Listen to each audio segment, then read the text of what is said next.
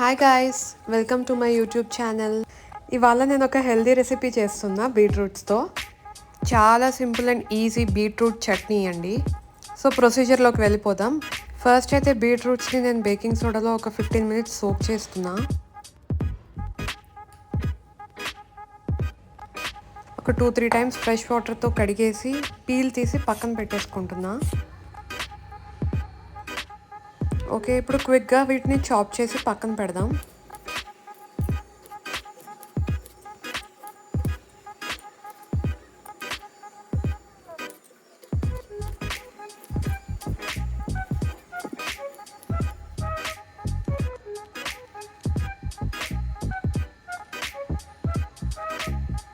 Cut చేసుకున్న బీట్రూట్స్ని ఒక బౌల్లో పెట్టి మనం కుకింగ్ స్టార్ట్ చేద్దాం. ఒక ప్యాన్లో 2 tablespoons ధనియాలు తీసుకొని 1 to 2 minutes డ్రై రోస్ట్ చేద్దాం లో ఫ్లేమ్లో.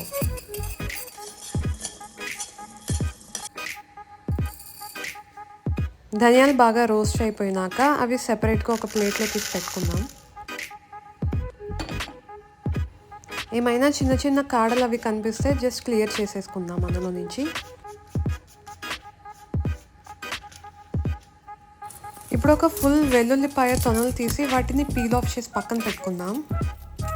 నాకు కిచెన్లో బాగా ఇంట్రెస్ట్గా చేయాలి అనిపించే పని ఏదైనా ఉంది అంటే అది గార్లిక్ పీలింగే. మా అమ్మ నాకు ఇంట్లో ఏదైనా పని చెప్తే దాని నుండి ఎస్కేప్ అవడానికి ఏదో ఒక కారణం చెప్తా, కానీ గార్లిక్ పీల్ చెయ్యి అని అంటే మాత్రం నేనే చేస్తా అని ఫస్ట్ వెళ్ళి కూర్చుంటా. వియర్డ్గా ఉండొచ్చు వింటుంటే మీకు, but yeah, this is true.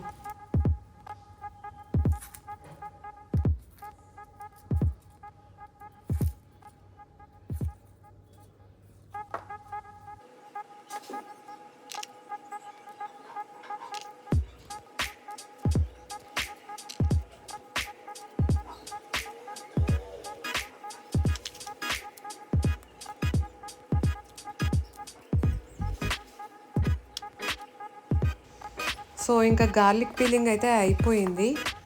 వీటిని కూడా మనం బ్లెండ్ చేసే ఇంగ్రీడియంట్స్ ప్లేట్లో పెట్టేసుకుందాము పక్కన. స్పైస్ కోసం నేను ఒక 4 రెడ్ చిల్లీస్ అయితే తీసుకున్నా. నాకు వీటి స్పైసీనెస్ లెవెల్ అయితే తెలియదు, కానీ ప్రస్తుతానికి ఒక 4 అయితే చాప్ చేసి పక్కన పెట్టుకుంటున్నాను.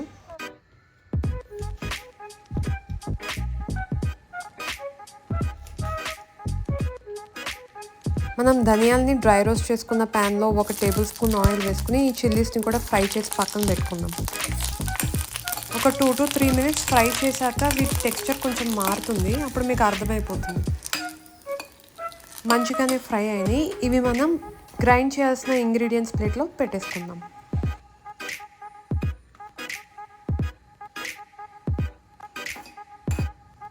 ప్లేట్ చాలా కలర్ఫుల్గా ఉంది కదా. సో నెక్స్ట్ వచ్చేసి అదే ప్యాన్లో మనం ఇంకొక 2 tablespoons ఆయిల్ వేసుకుని బీట్రూట్ని కూడా ఫ్రై చేసి పక్కన పెట్టుకుందాం. ఆయిల్ స్పిల్ అవుతుంది గైస్, చిన్నగా వేయండి మీరు కూడా. ఈ బీట్రూట్ పీసెస్ అన్ని ఫ్రై అవ్వడానికి మనకి నియర్లీ ఒక 10 minutes అయితే పడుతుంది.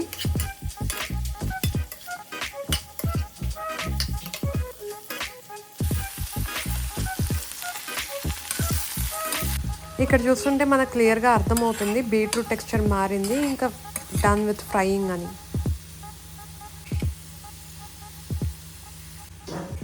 వీటిని ఒక సెపరేట్ బౌల్లోకి తీసి పక్కన పెట్టుకుందాం.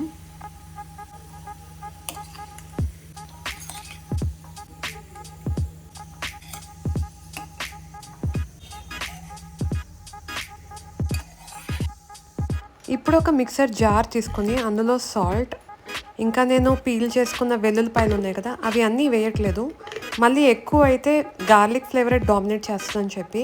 అండ్ చిల్లీస్ కూడా ఇందాక చెప్పినట్టు స్పైసీనెస్ లెవెల్ తెలియదు కదా, సో ఒక 3 చిల్లీస్ వేస్తున్నాను. అండ్ ఇంకా ధనియాలు అలానే జీలకర్ర కూడా ఈ బ్లెండ్ చేయాల్సిన దానిలో వేసేస్తున్నాను.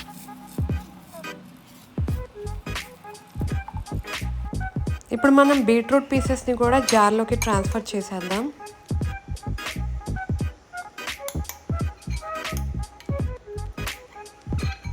ఓకే, మనం వీటిని ఇప్పుడు గ్రైండ్ చేద్దాము. గ్రైండ్ చేసేటప్పుడు నేను కొంచెం వాటర్ యాడ్ చేశాను, వీడియోలో అయితే రికార్డ్ చేయలేదు. కానీ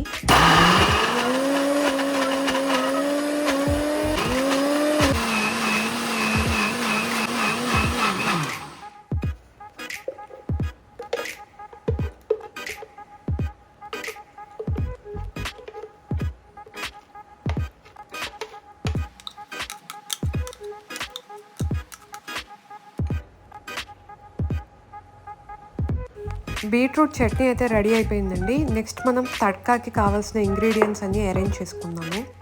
తడ్కా ఇంగ్రీడియంట్స్ వచ్చేసి కరివేపాకు, జీలకర్ర, ఆవాలు, మినప్పప్పు, పచ్చిశనగపప్పు, మెంతులు అండ్ ఇంగువ. మనం బీట్రూట్స్ని ఫ్రై చేసుకున్న ప్యాన్ ఉంది కదా, అదే తీసుకుని అందులో ఒక 1 టేబుల్ స్పూన్ ఆయిల్ యాడ్ చేసి ఈ తడ్కా ఇంగ్రీడియంట్స్ అన్నీ యాడ్ చేసేసుకుంటాం.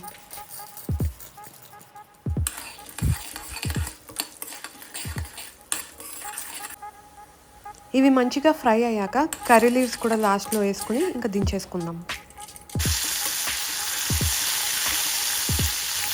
Tadka ready guys. ఇప్పుడు ఈ తడ్కాని మనం చట్నీలో మిక్స్ చేసేసుకుందాం.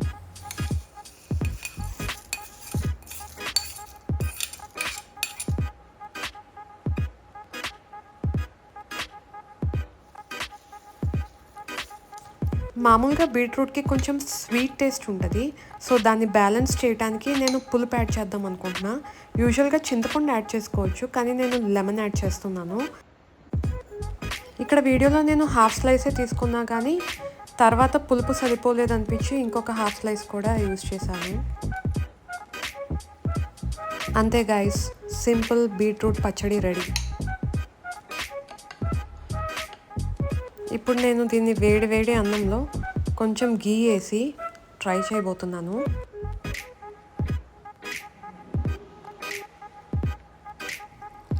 బా, చాలా ఫ్లేవర్ఫుల్గా ఎంత టేస్టీగా ఉందో. మీరు కూడా ట్రై చేయండి గైస్.